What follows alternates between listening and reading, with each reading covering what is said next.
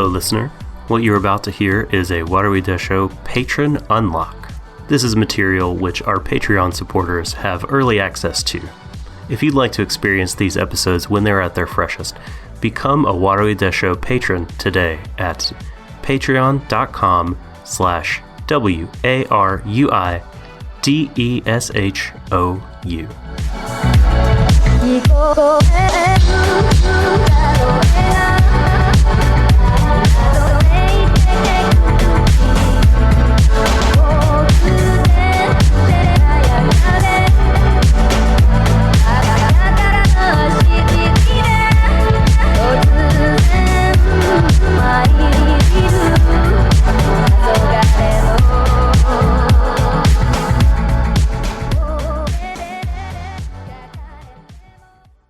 Warui Deshou.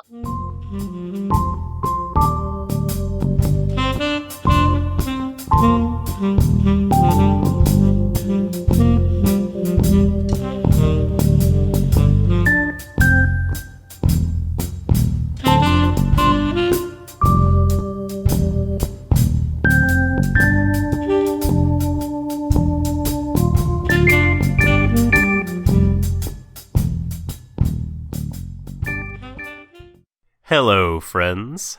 Welcome, ladies, gentlemen, and NBs, to Warui Deshou's second stream.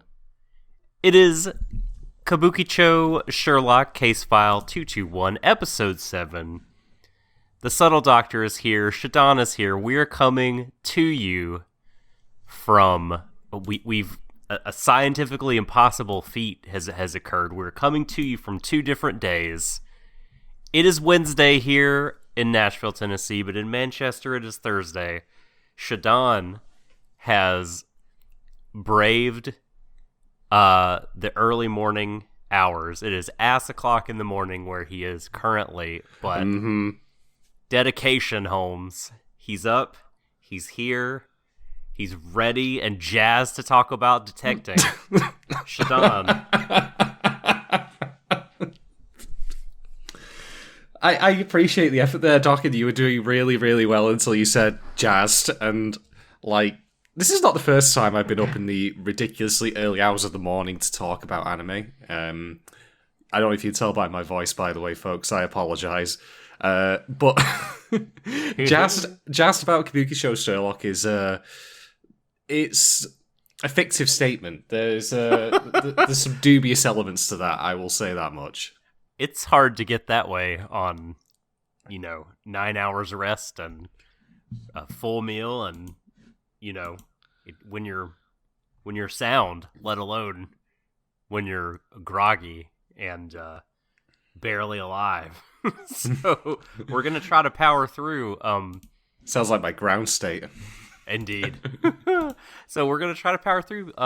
We're doing this because holiday in America. We're both off work though, so recording schedule for me is weird. You would think it would mean we can record at more convenient times, but actually for me it's not the case.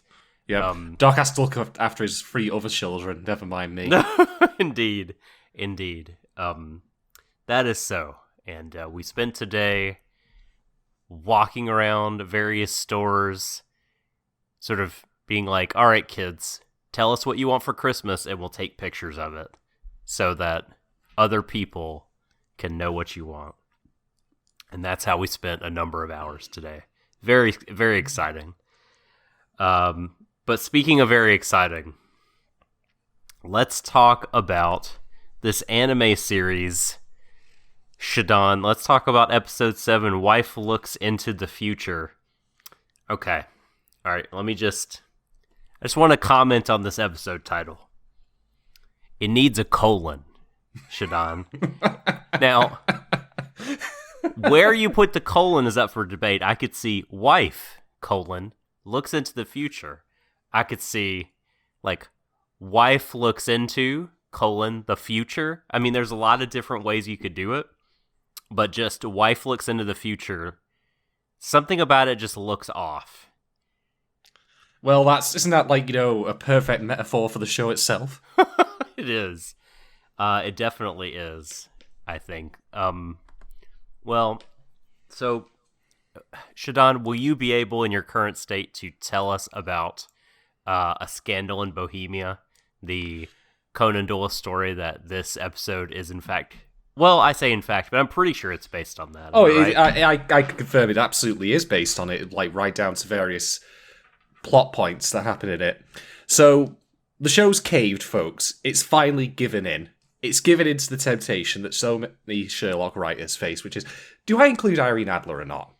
And it's done it. It took them 7 episodes, but they finally gave up and just decided, screw it, we're introducing her because why not? Okay, technically she was introduced in the post-credits scene of episode 6, but this is his first actual appearance. Also, I'm currently running on, empty, so fuck it, who cares? But yeah, in the original story, basically, Sherlock was the bad guy, or one of the bad guys in that one, because Irene, had blackmail material on the King of Bohemia, when they had a little love affair going on. And all she had really wanted to do was just to keep it, to protect herself, never to actually extort anything out of him. Indeed, when she leaves at the end of the story, which is something that often does not survive adaptation into other Sherlock works, usually she then returns infinitesimal amount of times because people, are obsessed with her. But when she leaves just to get married to some guy and just live happily in peace and seclusion without, mixing it up with the royalty of Bohemia anymore. So Sherlock is actually operating as a third party who's against the right, as in the moral right here, who is in the right here. Mm-hmm. But what happens, of course, and you're probably more aware of the story than I am right now, is that Irene outwits him. She figures out ahead of time, even though he actually manages to sneak into her house in a disguise, which is replicated in this episode. She figures out that Sherlock has got him for it and manages to make a break with the evidence before he actually manages to steal it from her. And actually leaves him a little note saying, ha ha, gotcha. Well, no, there's so many words. So, here's the thing, right? The whole idea of that particular story was twofold. First off, it was to show the corruption of the ruling class, or to suggest that. And who would have, corruption of a ruling class and a political elite? I don't buy it. I don't buy it then. I don't buy it now. How about you? Unrealistic. I mean, Complete. This is too far-fetched for an otherwise grounded series. Points off. Exactly. So, there's that. And then also, you have to consider it in the time it was written. This was the late 1800s. Women didn't even have the vote yet. At least not in the UK at that time. And it's very progressive if you consider that time frame, how it portrays Adler as, someone who is smarter than, Conan Doyle's own, mental wizard Sherlock Holmes. And that's why I think people have kind of lost their shit about her collectively over the course of writing new Sherlock material over time, and overstated her importance a little bit. And when I say that, I don't mean in the sense of academically, to review her as an important character at the time. She was, absolutely, don't get me wrong. But people, when they're writing these stories, they think, well, Sherlock's awesome, but she's even more awesome. And that sometimes leads them to do things have Irene be constantly one-ups by Sherlock in these new works. Looking at you, Stephen Moffat. Yeah. Is there anything you touch that doesn't turn to shit? I wonder. What's Imagine the new... What? Imagine if you were King Midas, but you instead didn't make gold, but shit. The anti-Midas. The anti-Midas. Sad-im. What is that? Is Midas backwards? Sad-im. Sad Moffat. Exactly. Isn't he doing a new something? What's the new thing he's doing? I don't know. Probably writing some shit somewhere. Even if this were a podcast I was doing on a full tank of sleep and also more caffeine, I probably still wouldn't give two shits about what Moffat is doing. It's true. If I'm quite honest. Yeah, it doesn't matter. Well, Miss Adler is not the only other beloved Sherlock character to come sashaying in to Kabukicho. Brother Mycroft Holmes also shows up. And in this episode, he is the one who brings the case to them. Gosh, Mycroft, to my memory, was not actually in the original story at all. Is he just a totally new creation? No, he was a so character he's from not the in, canon, I see, but not I in see. Scandal in Bohemia. Mm-hmm. That like it was literally just Holmes and Watson and the King, and that's really about it. I don't think Mycroft was. If he was actually in the canon at that point, he certainly wasn't in the story from my memory. And this is the point where someone will just like karate kick me through my window and be like, "No, you're wrong." And I'm like, if I'm wrong, fair enough. But yeah, no, Mycroft is a new addition to this, and I guess like they thought, well, it's like a buy one get one free sale. We're gonna bring one new character in, we might as well bring the other. Yeah, for sure. So welcome, Mycroft and Irene, rather. And apart from offer them the case, them being the detectives and the bar pipe cat, he didn't really get to do too much. I mean, we see like that Sherlock is intimidated by him, or at least I guess annoyed by him. And he's able to manipulate Sherlock into taking the case because he knows he wants the super rare Rakugo card. Mm-hmm. So I guess like these two, I don't know if they have much of anything in common, Irene and Mycroft, but they do sort of stand as new obstacles to Sherlock, like that have some previous with him. And so maybe that'll add, I don't know, some interesting wrinkles to the story. Mycroft certainly totally got one over on him, whereas by the end of this one, we kind of thought Irene might, and she did for a second, but Sherlock ended up outwitting her by credits end, which I was a little disappointed by, I have to say. It's standard at this point, which doesn't make it right, I should stress, but I'll get into that later. But the actual plot of this episode, at least, because this, I believe, is a two-parter, follows, at least in terms of the actual structure and the broad events, pretty closely to what happened in Scandal in Bohemia. I'm not, of course, referring to the sex bots that you get involved in this. They definitely weren't a part of Arthur Conan Doyle's original story. But the way it's all set up, which is take the case, infiltrate through use of disguise. I don't think Watson actually even accompanied Holmes on that particular journey, though. I think it was just literally Holmes getting into Irene's home via disguise. And then Holmes comes back later to try and get the photograph, as it was in the original, and this time around it's a USB drive. And it's gone. And then, of course, that's the point in which the actual original story diverges from the way the show's taking it, that Irene disappears out of Sherlock canon, as envisioned by Doyle, forever, until people decide not to leave well enough alone. Otherwise, the actual broad plot is pretty close. And that will lead me into a talking point as well with how we have replaced the King of Bohemia with someone else who I... You don't like the Mr. AI sex doll man? No, the mayor. Oh, right. Okay. Well, I just to be clear, like, at least on my stance on this, so I understand the idea that, well, Irene, if you take the Arthur Conan Doyle stories and make a pie chart out of sort of character time, sort of the equivalent of screen time, I guess, but in a book, Adler is going to be a very small slice of the pie. And so I get that, and I understand, like, relative to other characters, it seems like based on, time featured in the universe, she's unimportant. But I don't mind people adapting the story and giving her more of an important role.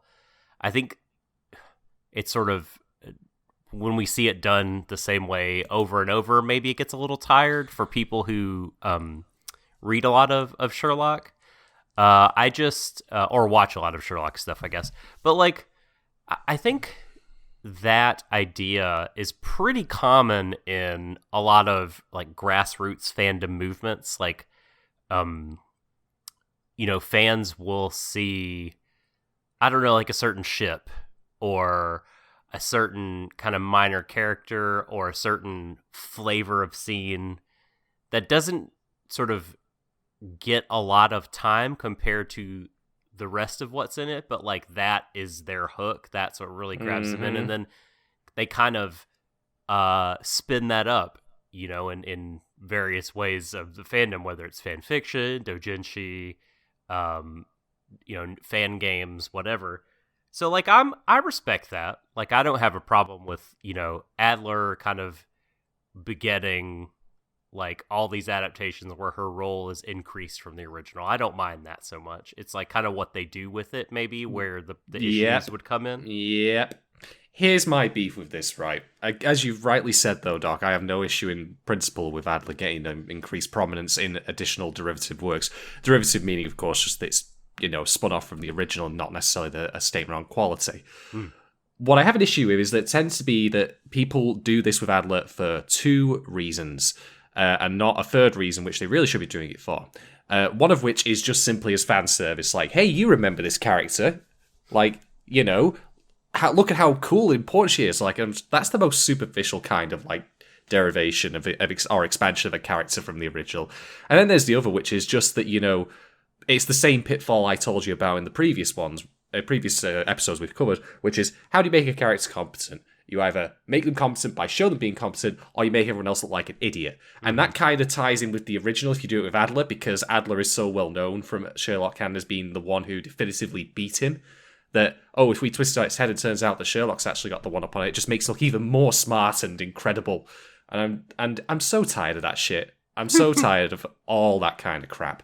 I mean, you know, I've complained about stuff like that in other anime that I've watched, unfortunately, where characters are made to look good by having else look shit. But then you go one step further with an established character like that, where you literally undo the very point of her existence to prove a point that was already well stated about over the main character. And I'm just like, you're such a fucking hack if you do that. I'm just calling you out there. I really am. So what people should be doing, and I know this is going to sound crazy, folks, so you might want to take a deep breath for this one, but if you're going to give Irene Adler increased prominence in the show, the reason you should do it is to tell a good story. No. Blew your fucking minds out, didn't I? Some galaxy brain shit right there, buddy. That's fucking... Calm down. Calm down. Like, drink another cup of coffee. Oh, my God. So, yeah, that's my beef with all of the Adler stuff. And I don't really have a good idea of what they currently want to do with it, because they've literally followed the plot of Bohemia pretty much until its conclusion. At this point, anything they do with it from here on out is going to be a deviation from the original, which in itself can be fine. What I do not want them to do is just to have her fuck up for the sake of making Sherlock look intelligent, because that's just incredibly lazy. And annoyingly, this episode is lazy for a couple of reasons, one of which I will go to momentarily, which really, really fucks me off when I saw it. Well, yeah, I mean, it did feel like at the end, she did kind of do a stupid, and yeah, Sherlock got to end up looking good because she was defenseless when the random razor blade guy showed up, and he got to step in, and B, he sort of outthought her. Said, well, I know you. I know you're careful, so I'm sure you had this on your person. But then he also double outthought her because he gave the fake drive to someone else, and he kept the real one so that he could get the password from her. Which, I mean, I guess in a way is her sort of being a step ahead of everyone else by encrypting it. But I don't know, the sort of tone of the end of the episode did feel like, Irene, don't try to outsmart the smartest boy. It really depends on what they're going to do with it next. I mean, like I say, the reason that Irene had that original blackmail material, as I remember it from the original story, was just to keep herself safe. It didn't ultimately lead to the king being brought down or anything like that in the story's run. Whereas that seems to be what they plan to do with this one, with the mayor specifically, because it's the mayor that, she was involved with. So is now a good time for me to talk about the mayor and why I hate this? Fire away. Because I'm just going to come out and say it. The mayor looks like Donald Trump. He really does. And here's the thing. Super does. And the thing is, what was Donald Trump once accused of by a sex worker? You know, of pictures, incriminating pictures and all that. We talking the R word? I don't know what the R word is. I'm too tired to think about that. Rape. No, I don't. Look, let's move away from that. Like, okay, I think her name was Stormy Daniels, if I remember correctly. Yeah. So here's the thing, right? This has happened more and more. It's not especially prevalent, but it's happened more and more as of late, where people or writers like in manga and anime are starting to insert Trump into the story in some way or another. I'm sure I've seen in something else at least once. Oh, yes. And I'm just going to come out and say it, right? Whatever distaste I have for the man, it's just fucking lazy as a writer to use him as a proxy. Like, this is someone you recognize who's a bad man. And I'm like, how about you have an original character who's bad for reasons that you create for yourself, rather than relying on some meta understanding of a caricature of an existing caricature, admittedly, being shit. It's so fucking lame when people do that. Do something original, for fuck's sake. Don't import, like, actual real life, like, politicians or whatever in wholesale, unless you're literally doing a documentary. Or, something like that. So, like I say, whatever distaste I have for the man, that's there. But over here is just my issue with the fact that I just think it's lazy writing just to rely on that as a crutch rather than doing something new. Yeah, it's one thing, like, I have seen, I don't remember what manga it was in, but... I think it's probably the same one I was thinking of that I couldn't remember the name of, because that's where I last saw him previously. Well, not even Trump, like, this was long enough ago where they had Obama-kun and Hillary-kun. Oh, God. In it. And it was, but it was meant to just be like a funny gag, like it was the actual characters, like a cameo. And so that kind of comic silliness, I mind far less than using, like you said, the appearance or something like that of a historical figure. I guess not even a historical figure, but just like a sort of current heat magnet. Asshole guy to be like, okay, we don't really have to now do a lot of work to show that he's an asshole. Like, you will just pick up on it through this appearance. And while that may be kind of efficient for current day viewers, like it's gonna make the anime age poorly. And like you said, it's just a little bit lazy feeling when they could have gone some extra steps to make him a bad, but I guess they didn't feel like they needed to do that. So, well, considering this guy is meant to be the mayor of Kabukicho and Shinjuku, and everyone has gone. Oh, and by the way, a wall through the middle of Shinjuku. Oh no! Oh no! This is just hitting me. Oh no! Yeah. Oh no! Yeah. So here's the thing, right? Again, if you want to import him wholesale for a particular reason, that's fine. If you want to import him wholesale because you're too fucking lazy to write an actual reason for him to be a villain, and for an actual reason, to help develop this world you've built where Kabukicho apparently is a shithole, but they won't do any proper justice to it because... I don't know. Then stop fucking writing. Go get a different job. I really, really tire of this shit. Shots fired. I really, really get tired of this shit because it just shows how lazy the writing can be. Which I have to stress, by the way, when we've had episodes like Lucy's, which were really well written, relatively for this show, it just does. I don't understand it. How do you go from that to this?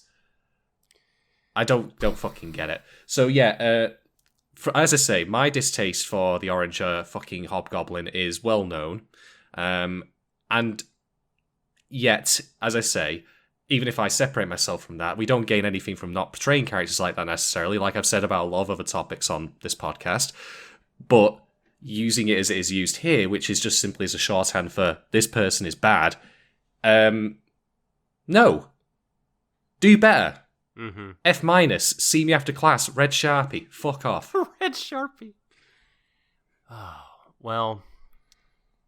So, and they actually, I think, could have done that with Irene. They could have done the same thing like relied on her name to totally communicate her character to us, but I thought they actually did a nice job of like, so they kind of mention her, Mycroft mentions her, and there's like a tangible like, oh shit moment, to where like even if you didn't know who she was, you know, like something's up with this lady, you need to pay attention. She's not like the run-of-the-mill character here. And it doesn't really take much more than that a lot of times for someone who is not familiar at all with source material to like, again, to note that you're doing something different or a character is important. Mm-hmm. Yeah, I've got no problem with Irene being involved. Like, I mean, importing her, like, and relying on her, like, you know, collective history, like, from the franchise, that's fine. But she's a fictional character from the franchise they're adapting. It makes sense. Like, however, you know, bringing in Trump wholesale, like, you know, it's just...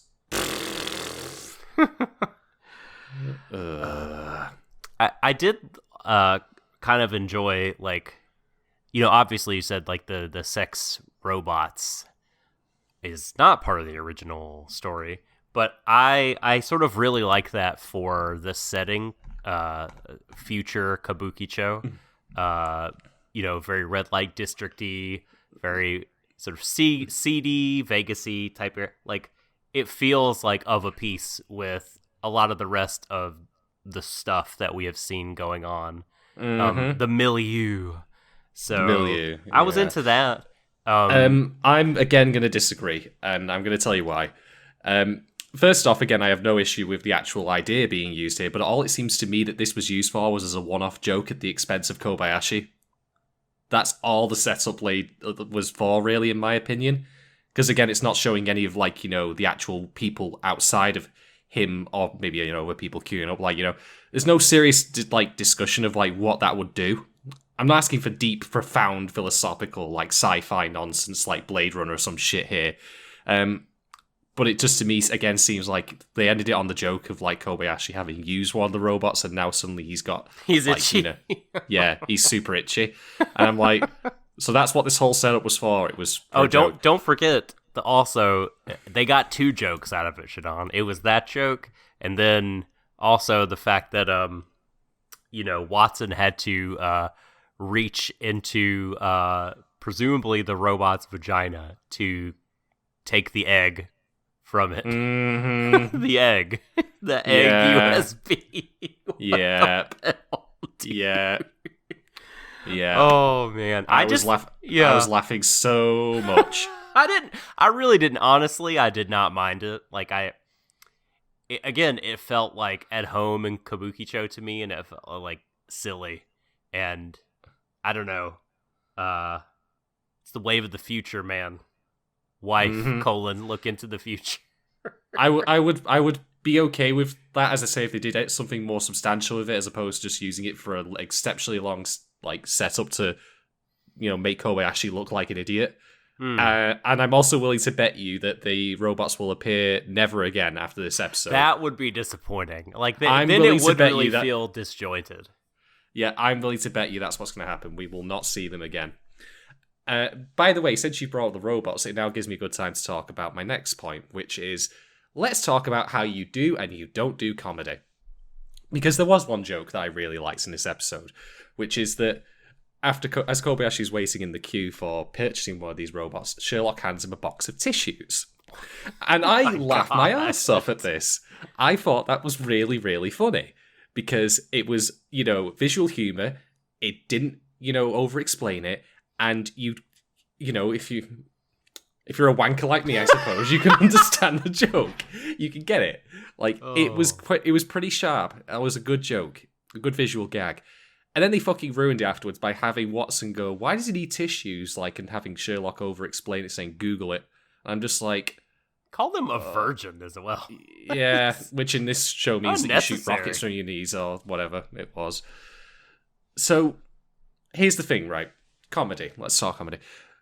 Comedy doesn't really, in my opinion, or shouldn't have hard and fast rules necessarily. It's something there, you write a joke, and you probably should take a good long hard look at it after the fact to make sure that it isn't offensive or that, it's actually funny. So there's that. But if there's one thing I should say more often than not you shouldn't do, it's to over-explain a joke, or to explain it after the joke has landed. Like, I would have been much happier and I wouldn't have been annoyed if that scene between Watson and Holmes where he just went, "What do you want tissues for?" Like, was just completely dumped. Completely ejected from the show proper. This show's sense of humour is very puerile, and that's in itself not necessarily a problem. But you don't need to, like, hammer it home repeatedly until it's just, like, embedded in my skull. Like, I had the joke. The joke, like, it made me laugh. It served its purpose. Let's move on. Don't, like, over-explain it, please, and just kill, like, my enthusiasm for it after the fact. It's, like, the worst kind of over-explaining, too, like...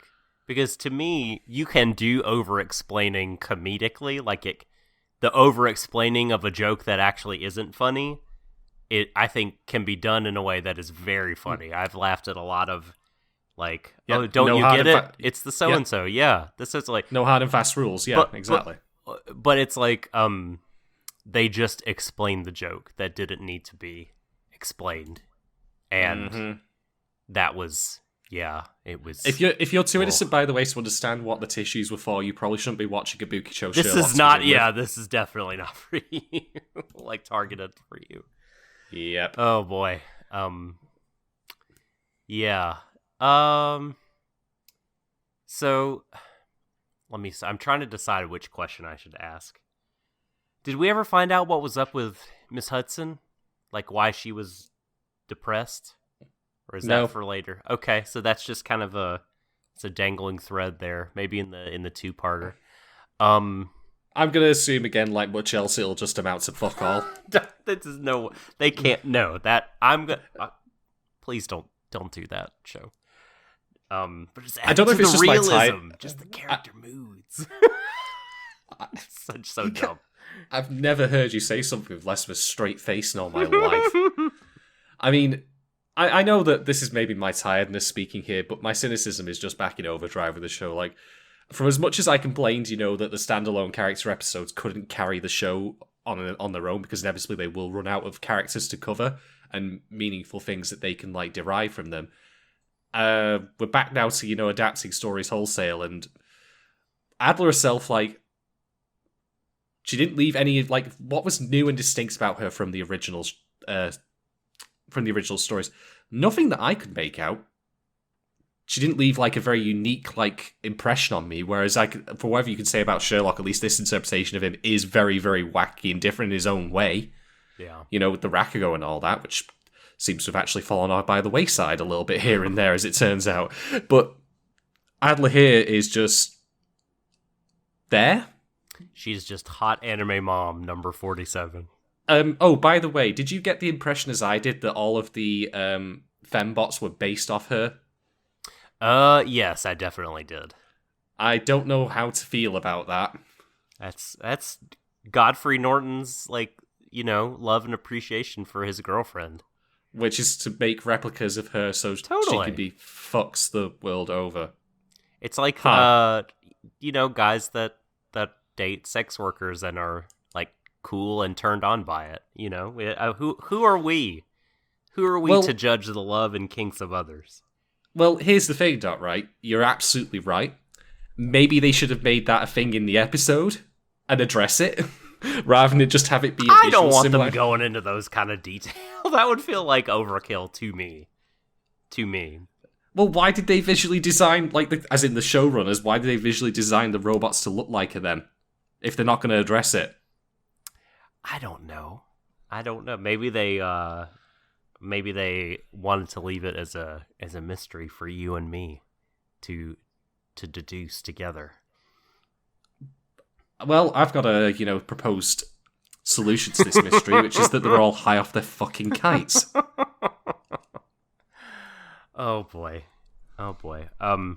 So it sounds like that you're not digging this show very much, and I am with you, and I was trying to think about why, and I think this might be a useful exercise for people who are also maybe a little frustrated with how we feel about it. So, I think for me, Shadon, like, a lot of it stems from the episodic nature of the show. I don't find that this... generally, I prefer, like, in my anime, serialized stories to episodic ones. Now, that's just a general heuristic. That's not a 100% rule, because there's plenty of the other stuff that I do enjoy, but, like, I find it that it's hard for episodic series a lot of times to, like, keep up momentum for me in terms of my interest, if I'm especially watching week to week. But I was thinking of one that I really do like, and that was Standalone Complex. Because I was thinking about Kenji Kamiyama today. And I was like, well, that what did that show? What was it about that show that kept me so interested, despite like the episodic nature of the stories? And it sounds like you have opinions on what I'm saying, so I'll let you go ahead. Here's the thing, right? I wouldn't mind this show being episodic if the actual standalone episodes like were worthwhile. I mean, do you remember episode 4 with the Shirk arc? How could I forget? How could you forget indeed? So, okay, what the fuck was the point of that episode? I don't know. I don't think there was a point to it. I think they just thought it would be funny, and I didn't laugh during that episode, so they failed in that. But listen, you'll remember forever the fact that you're supposed to drink the milk after the bath and not before. Thank you very kindly for that little bit of cultural knowledge there that I will use on my inevitable trip to Japan. Yeah. Thanks a bunch for that, Kabukicho Sherlock. So no, like, I don't have a problem with... I mean... I was just actually thinking, I've recently been rewatching Macross Frontier, and guess what? There are episodes in that don't have a connection to the overall plot, like Michelle's, you know, the one where he's like reminisces about his dead sister and all that. No, real link to the actual main plot.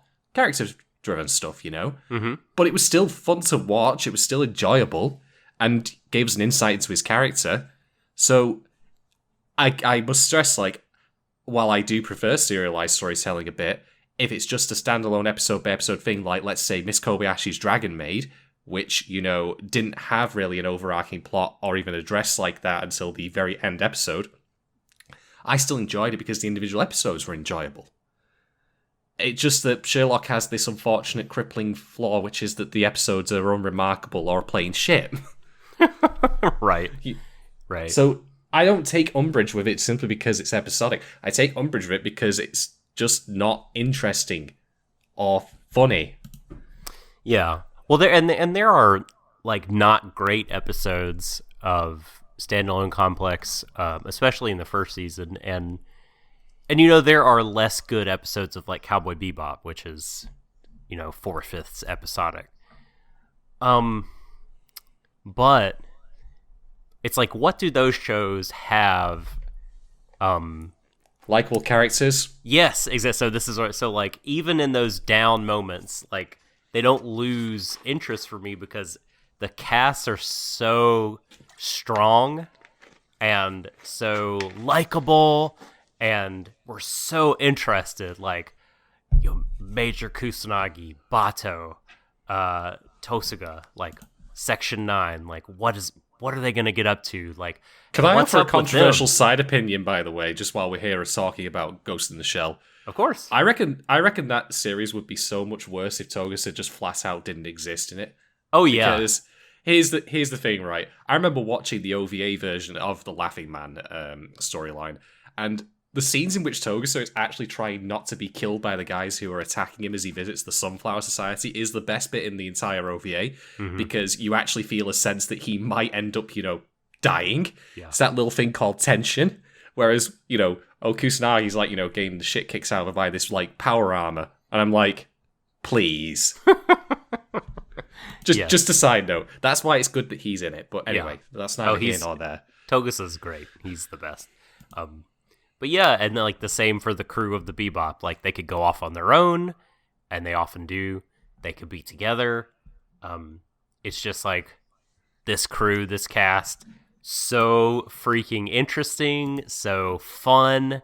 I really, and Sherlock, to me, there are not any characters that hold the candle to any of those, except for maybe like Lucy is a good character, but she's like one of the whole cast who, I mean, it's just full of people I don't really care about what they're getting up to.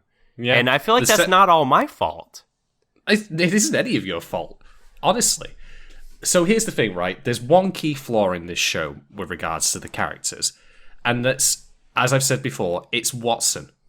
Watson needs to be the most, like, well, not necessarily likable, but certainly the most relatable. The one that we can get behind and root for. Because that was the original idea of the Conan Doyle stories, which was that he was the lens through which the world was viewed, and through which, Sherlock's, like, arcane ways were interpreted. Mm-hmm.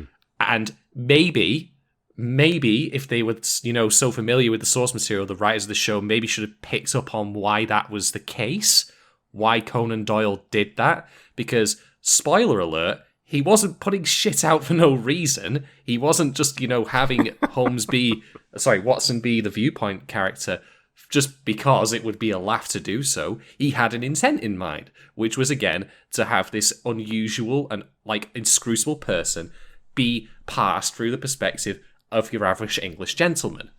Or, your everyman, even. Mm-hmm. So maybe they should have done that in this case, whereas Watson in the episodes thus far has been a complete fucking imbecile. In fact, he's an imbecile in this episode, because... am I wrong in thinking that he bumps into Sherlock in disguise outside Adler's mansion? That's not Sherlock. That is, Why was he wearing the same disguise as Sherlock? That's what threw me. It's supposed to be like a how do you call it? A joke, right? Of like, he's wearing exactly the same disguise, it's just a different colors, and then they'd be like, I've caught you. This disguise is terrible. It's the worst ever. How did you think you were going to get away with this? Like, as a callback to how shitty Sherlock's disguise was in the second episode. But he doesn't recognize it immediately. It was another detective. No, he doesn't even know the man is disguised. Sherlock thinks is an old man has a problem. Yeah. Except I'd like to point out that Watson has seen Holmes in that disguise in this show. Different colors, but yes, he definitely has. This is why I hate Watson in the show, because even though it's not Sherlock, why he didn't recognize it, like, I know I'm being pedantic and nitpicky here, but, like, you could have done something neat with that, where, Holmes, Watson clearly has, like, his own agenda of his own plan to get the USB stick, and he almost does even, so credits to him for that at least. But come the fuck on, when it looks exactly the same and he can't even recognize it, and he's just been a complete moron for how much of the show's run thus far, I'm just like... Yeah, that character definitely needs some meat on the bone. He needs anything. Yeah, a lot of times in anime, like, I'm generalizing here, but I feel like in like otaki kind of shows, if the idea is to have an everyman, the tendency is to, like, just make him as milquetoast as possible. Mm-hmm. And maybe this is what they were leaning into a bit with the good doctor here, and it's not working very well for me, because I don't really, I mean, I know he needs to be around so we can figure out what his case is later, but, like, in the meantime, like, whatever. We're a third of the way through the show, and we've barely even touched it. Yeah, were there any more seeds planted for the larger story in this episode? Because I didn't pick up on anything carrying the threads forward. Beyond the revelation of the mayor's existence and who he is, and again, see my previous point from about half an hour ago about how I feel about that. No. I mean, why is the wall there? I still don't know. Why is the conspiracy happening? I still don't know. And I'm not saying that we have to know anything, or, well, everything, say at this point. But, maybe, again, we should be breadcrumbed on this, rather than spending time making jokes at Kobayashi's expense because he put his end away inside a sex bot. Is that really the best way to spend our time in this show? Well, hearing that you're upset about it is not a bad way for me to spend my time, I have to say. It's kind of enjoyable. But no, look, we've said this before, breadcrumbs are nice, and I'm starving a little bit here, show. I need you to sustain me with something here. Making Watson into an actual likable character here, or someone like, whom we are meant to see the world through, like maybe use him as he was originally used in the Conan Doyle stories, that would be a significant step, probably the biggest step you could take to making this show more interesting. But as it stands at the moment, he's an ass, and everyone else is too weird and quirky to like truly be scrutable. Now, okay, like Lucy, still best character in the show. Yeah. But I must again stress here, Lucy is a tertiary character. She's not even secondary in my opinion. So when your best character is someone who, to my memory, doesn't even really make an appearance in this episode, like, she's doing it wrong. There. She's in You're scene. doing it. Yeah, she's in the background, but that's it. You're doing it wrong, show. I appreciate what you did with her, don't get me wrong, and I don't want that taken away. But maybe you could give the same treatment to, I don't know, any of the other fucking characters? Is that too much to ask? Well, they tried last week with Kobayashi. And it was alright. It was, that's the thing, is like it was fine, but I don't know. I'm not like, oh yeah, like Kobayashi's in this episode, hell yeah. Just sort of like, well, it's Kobayashi again. And he's gonna go, fuck a robot.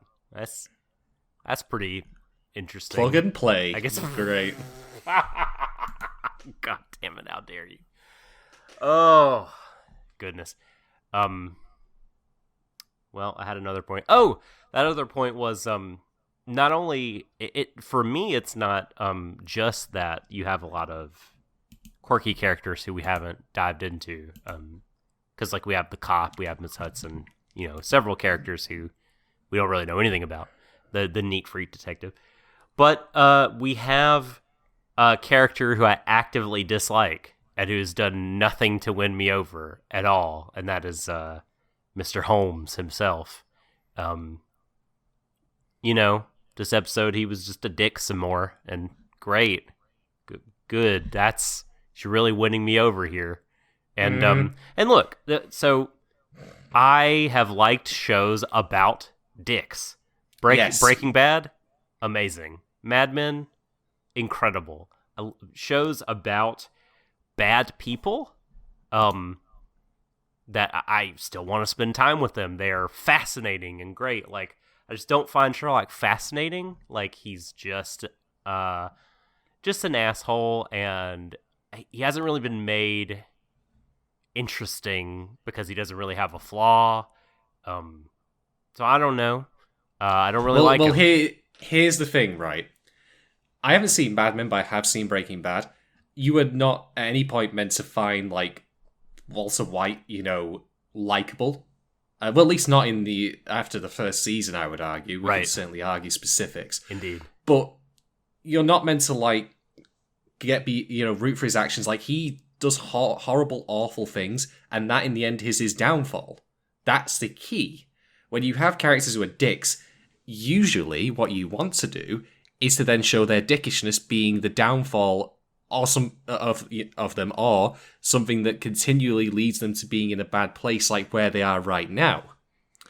And you then have a different kind of dickishness in shows like this and Shield Hero, which is that their dickishness is because they know better than everyone else. It's a kind of smug superiority. And that, as I say, is something that people can imprint on. And I don't fucking care for that in the slightest. It's not entertaining. No, it's just like patting people on the back for being like so superior and self-assured than others. And no fucking thank you. That's a shit way to view the world. And I don't want that. It also doesn't make for interesting TV. Even inspired that, much in the same way as I say, like how importing Trump wholesale is a bad thing. Not because it's him specifically, but just because it's lazy.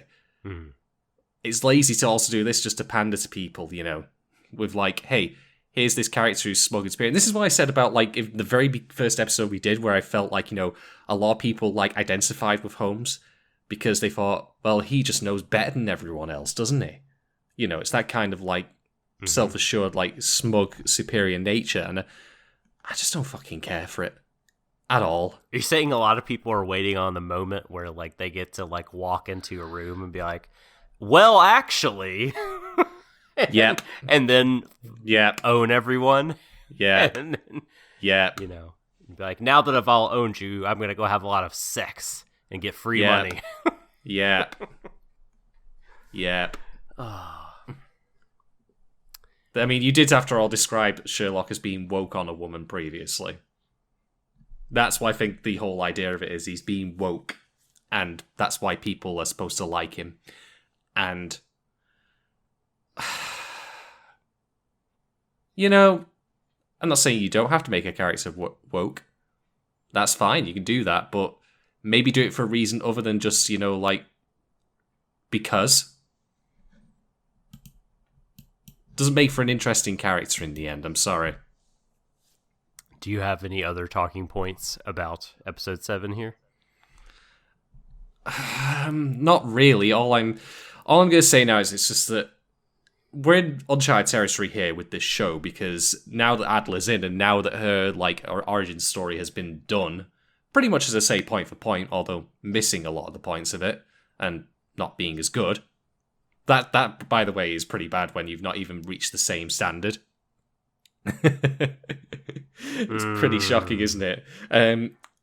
I'm curious as to what they'll do next with it. I will at least credit them this. Say for the kind of like, you know, sideways, you know, insert idea of, hey, what if we turned her into a sex bot and sold her, like, you know, to different countries across the world? They at least didn't treat her visually, like, you know, in that kind of way. They didn't, like, you know, go all fan servicey on her or anything. Like, she did come across as quite confident and quite self-assured and smart, so kudos for that. I will give them that at least, even if I do find the idea of turning her into a sex bot a bit daft, because again, it just seems to be like for an extended joke that I didn't find funny in the end, apart from the very first time that it was used. Although I suppose that applies to sex bots as well, because they weren't funny after they were used for the first time anymore. Hey! And the refunds on that are going to be something. I mean, hey, you'd have thought that Sherlock was turning into a pre-apocalypse story, because, you know, at this point, it's into that Futurama skit. Yeah. Where are all the football stars?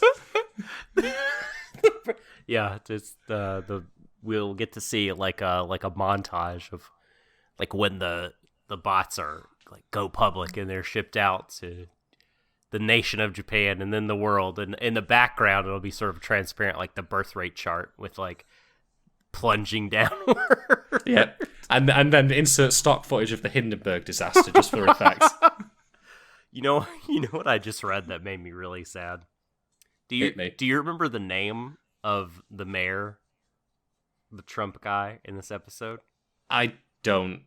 He's called Sebastian Moran. Moran.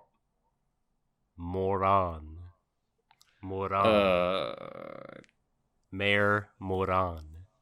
Uh-huh. Well, maybe Mayor Moran, like, you know, should start explaining why the fuck he built a wall through this city. I'm actually now really angry at that, come to think of it, that we're now 7 episodes in and we still have no explanation for this. None. This thing that does not exist in real life, not even a fucking hint of it. I don't even... Come the fuck on, show, really? Like, I would be okay with cryptic hints. Like, something. Anything. Something. And maybe it's like one of those deals where it's like, we've been giving you hints the whole time and you just haven't even noticed it. Oh, they're so deeply hidden. I did doubt it. I'm just going to state again for the record something that I stand by as a prospective writer here, and from my perspective as a critic. If you're going to put something in a show or a work of fiction, then not do anything with it, here's a hint. Don't put it in the show. Just don't put it in there if you're not going to do anything with it. It seems pretty simple to me. They'll do something with it. Do you serve up raw chicken, you know, to people? No. Fucking do something with it first. So this is like, I'm sorry, I interrupted you. Go ahead. No, I'd finished my point. So I think, you raising this point actually helps clear up in my head an issue I think I have with the show, and a lot of anime, to be quite frank. Like, it feels like a lot of what comes out doesn't really have a respect for the runtime that it's been given. Like, it feels like a lot of this is like, oh, we have to fill TV, and we have a kind of first couple episodes and some bullet points of the big overarching plot mapped out. We can kick the can down the road for a while until we figure out what we want to do later. This is what you and I discussed in great detail with Darling in the Franks, and it's my big beef with a lot of anime as well, in that they continue to bash out the scripts while the show is being made. Yeah. Which seems monumentally stupid. Yeah. Like, I'm not saying, of course, that if you have a 3-book trilogy in mind that you must release all 3 books simultaneously. I'm not that daft.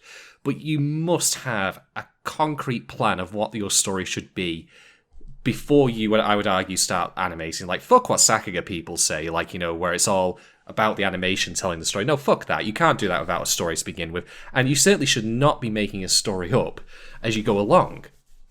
You know, I think back to one of my favourite shows of all time, Madoka Magica, and guess what? That had hints to the actual plot from the very first episode.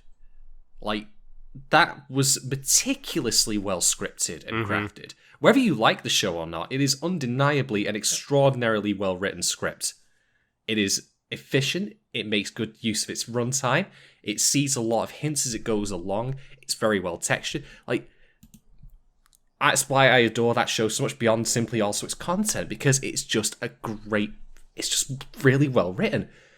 And it was clearly planned out.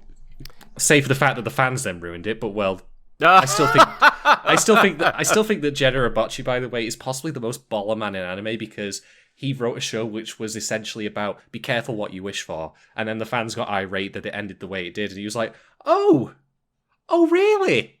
I guess you didn't get the lesson then. Let me just write something up for you. Whoops. Is that what the movies were?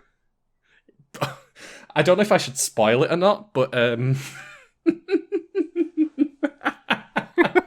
So I've seen the show. I haven't seen the movies.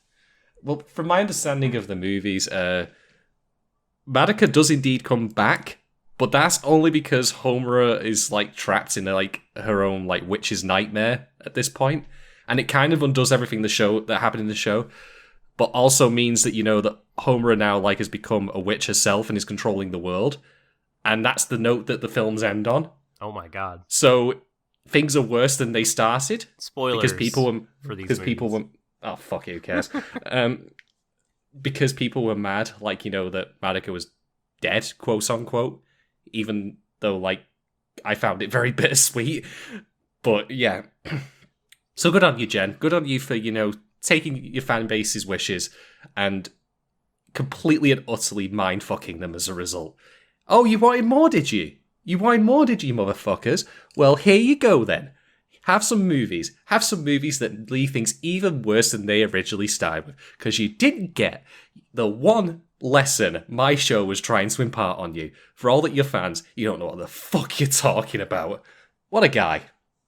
What a fucking guy. So, for me, the gold standard, at least that I can think of off the top of my head, for a really, really well-planned show, a show that has, again, reverence for the number of episodes it's been given, planned everything out ahead of time, and down to the letter, and said, we're going to tightly pack these episodes and deliver something that itself does deliver on all of its promises, and that's Bakano.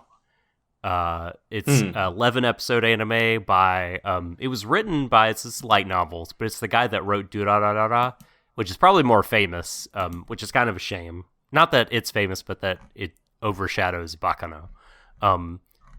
And yeah, you can tell Bakano is planned so much by when you get to the end, you see like, oh my god, everything in the first episode was because of what happened at the end, and it's telling me a lot about it, and lots of things I didn't understand, like, sort of occur here, and if you loop back around and watch the beginning, you're like, oh my god, all this now makes sense. It's just so clear that they had the entire story planned out, and they just really nailed it. And everybody should watch that show, because it rules. Unless you were very young, there's a lot of blood in it, but God, that's really good. And this, to get back to this anime, Sherlock Kabukicho, it definitely has that feeling where I'm starting to think, like, and have been thinking for a couple weeks, like, I don't know if they know, because we're not getting anything in terms of, like, the greater Wall mystery or Watson's mystery or Jack.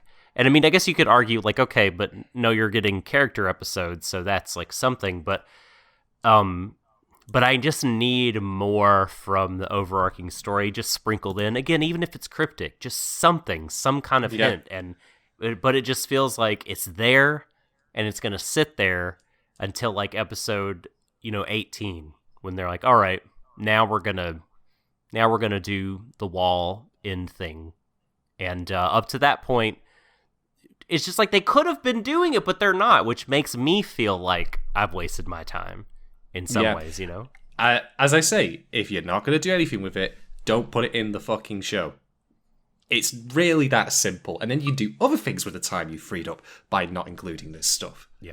Who'd have thought, hey?